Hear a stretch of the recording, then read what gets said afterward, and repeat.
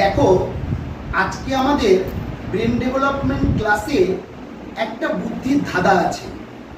বলছে একটি গ্রামে একটা পুরনো স্কুল আছে। একজন লোক স্কুলের শিক্ষককে স্কুলের বয়স জিজ্ঞাসা করল।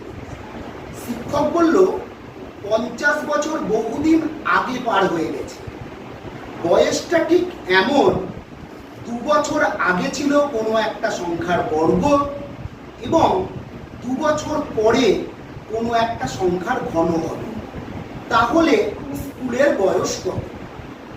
তাহলে তোমাকে এমন করতে হবে স্কুলের বয়সের সংখ্যাটা যেটা থেকে 2 বছর বাদ দিলে কোনো একটা সংখ্যার বর্গ হয়, যার সঙ্গে 2 বছর যোগ করলে কোনো একটা সংখ্যার ঘন হয়। তাহলে সেই সংখ্যাটাই হবে বর্তমান স্কুলের বয়স। তাহলে সেই সংখ্যাটা তোমাকে বুদ্ধি করে বলতে হবে এবং একটা ক্লু দিয়েছে যে সংখ্যাটা কিন্তু 50-এর থেকে অনেকটা বেশি। আমি তোমাদের একটু বোর্ডে দেখানোর চেষ্টা করছি। আমি একটা সংখ্যা 123 নিচ্ছি, তার থেকে 2 বছর মাইনাস দিচ্ছি 121, তার সঙ্গে 2 বছর যোগ দিচ্ছি 125। 121টা হলো 11 স্কোয়ার, 125টা হলো 5-এর কিউব।